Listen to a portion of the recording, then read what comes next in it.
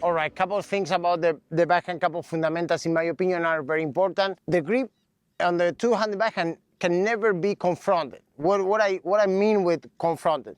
So you always have to have one grip separation in my opinion and not going into western. So on my ideal, the ideal grip for me is continental grip on the bottom half and continental or eastern grip on the top hand. So that's kind of my ideal. Now you can go into eastern, you can go into continental eastern, continental could be good. You can never go into continental and western. You can see some kids coming like this, they are completely, the grip are confronted. That's something that is a red flag. You have to be changing that immediately when you see that, because you cannot produce what you need to produce on the backhand.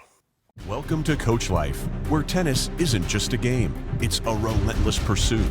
The coaches here aren't the ones looking for fame. They're the ones who forged champions in the shadows. They are the junior coaches, the quiet achievers who crafted the legends of today. Players like Swiatek, Coco Gauff, and Taylor Fritz. These are the coaches who know the grind, the discipline, and the passion it takes to go from a kid with potential to a world-class athlete. So on the two-handed backhand, after we're talking about a nice same thing, the unit turn, the shoulder turn, unit turn, and the back leg load. So what you want to see is a little bit separation on the elbows. That's one thing that is important. You see many players or many kids that are like completely locked in on that, where we call it the chicken wings.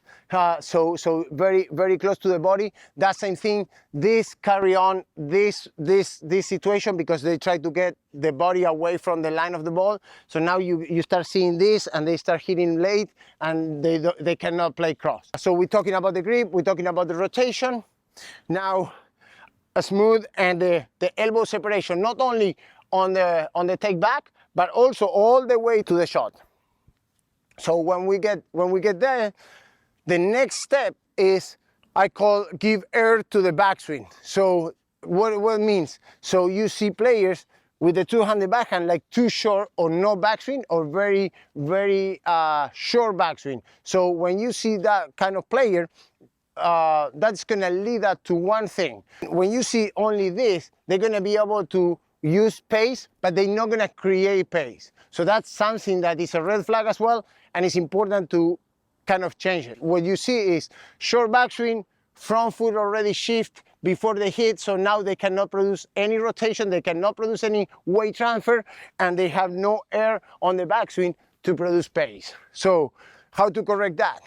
We're going into the back leg load, rotation, elbow separation, and now we're creating head of the racket above hands, all right? Now, creating that separation and that nice loopy backhand that is gonna go up, under the ball, and then the bottom of the racket has to see at some point we have to get that flip and has to be looking at the other side, all right? We cannot go like this. That's another thing, another flaw that you see. There's no generation, there's no use. Remember that we have 4 sources of energy.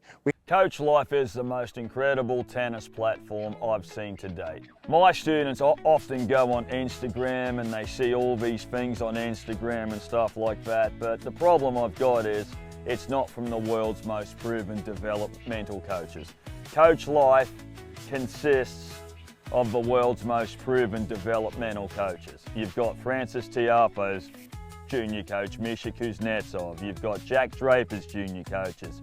You've got people like Michael Joyce that are phenomenal former players. They've developed, some of the world's best players.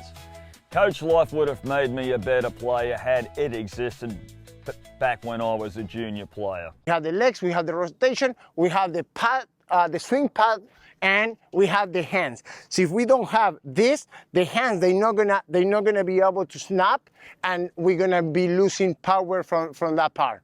So nice rotation, back leg load, transfer, racket head above hands, nice separation on my elbows. The other important thing is on the take back, you see my right hand or the left hand for the lefty, but the dominant hands is going to be extended and the non-dominant is going to be bent.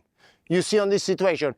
At the contact, away from the body, what you see is the inverse. You see the non-dominant now is extended and the dominant is bent, right? At the end, you see this extension and this hand bent, all right? Last thing that I want to talk is how much, and this is a question that I get a lot, is how much is the dominant hands versus the non-dominant half at the contact point? How much action do you have?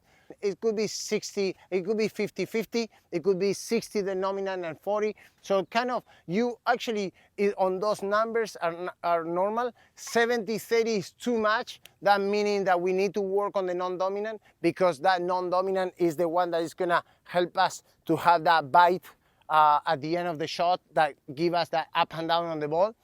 So when it's 70-30, is we're getting that, and we are 70-30 on the inverse. So with the non-dominant 70 and here's like 30, you see kind of a lack of strength. So 50-50 or 60-40 somewhere, I feel that's perfectly fine.